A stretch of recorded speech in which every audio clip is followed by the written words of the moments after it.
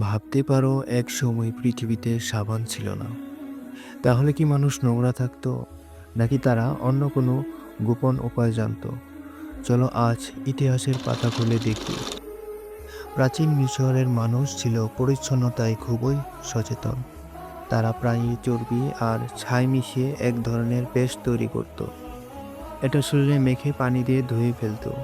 অনেকে সুগন্ধি তেলও ব্যবহার করত। রোমান সাম্রাজ্য ছিল বিশাল পাবলিক বাথ। মানুষ আগে শরীরে অলিভ অয়েল মাখত, তারপর স্ট্রিজিল নামের ধাতব যন্ত্র দিয়ে ময়লা ঘষে তুলত। ভাবতে পারো, সাবান না, তেল দিয়ে পরিষ্কার করত। প্রাচীন ভারত প্রাচীন ভারতের মানুষ ব্যবহার করত বেসন, হলুদ, চন্দন, নিমপাতা, রিঠা, শুকনাট। আজও অনেক গ্রামে এই পদ্ধতি চলে। চীনে চালের পানি আর ভেষজ দিয়ে পরিষ্কার হতো শরীর ও চুল। ইসলাম পরিচ্ছন্নতাকে ঈমানের অংশ বলেছে।